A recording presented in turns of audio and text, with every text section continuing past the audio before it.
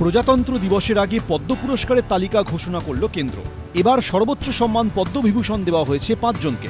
পদ্মভূষণ পেয়েছেন ১৭ জন, যার মধ্যে বাংলা থেকে রয়েছেন ৩ জন। পদ্মশ্রী প্রাপকদের তালিকাতেও একাধিক ক্ষেত্রে সম্মানিত পশ্চিমবঙ্গের বিশিষ্টরা। ১১০ জনের মধ্যে ৮ জন পদ্মশ্রী প্রাপক এ রাজ্যের বাসিন্দা। ২০২৪-এ বাংলা থেকে পদ্মভূষণ সম্মান দেওয়া হলো অভিনেতা ও বিজেপি নেতা মিঠুন চক্রবর্তী এবং সঙ্গীতশিল্পী ঊষা উত্থুপকে।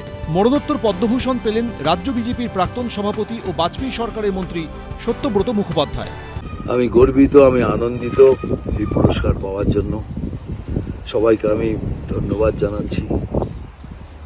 আমি জীবনে কখনো নিজের জন্য কারো কাছ থেকে কিছু চাইনি, আর কিছু না চেয়ে পাওয়ার যে আনন্দ আজকে সেটা উপলব্ধি করছি।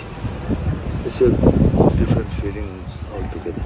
Everybody, thank you so much for supporting me for 54 years of singing, and I think it's wonderful to be recognized by your government and by your own people.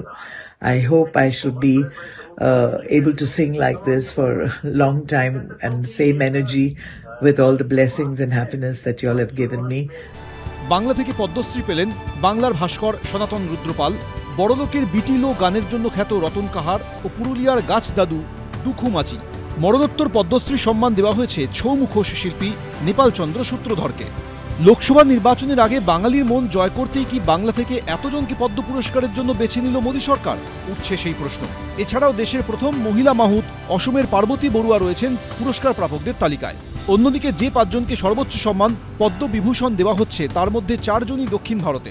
একদা বিজেপি সরকারের মন্ত্রী ও বিজেপির অন্যতম শীর্ষ নেতা ভেঙ্কাইয়া নাইডুকে পদ্মবিভূষণ দেওয়া হচ্ছে। এছাড়াও পদ্মবিভূষণ পাচ্ছেন দক্ষিণী সুপারস্টার চিরঞ্জীবী, তামিলনাড়ুর বাসিন্দা বলিউডের কিংবদন্তি অভিনেত্রী বৈজয়ন্তীমালা বালি ও তামিলনাড়ুর পদ্ম সুব্রহ্মণ্যম।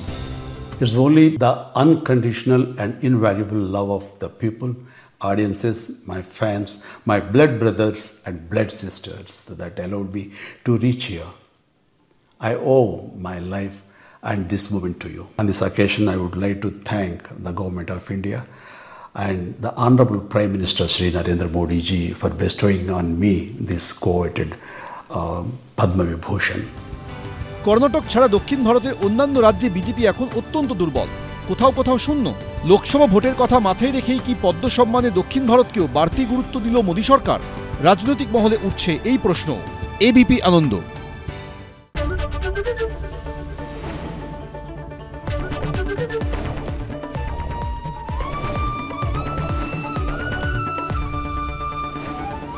এবিপি আনন্দ, এগিয়ে থাকে, এগিয়ে রাখে।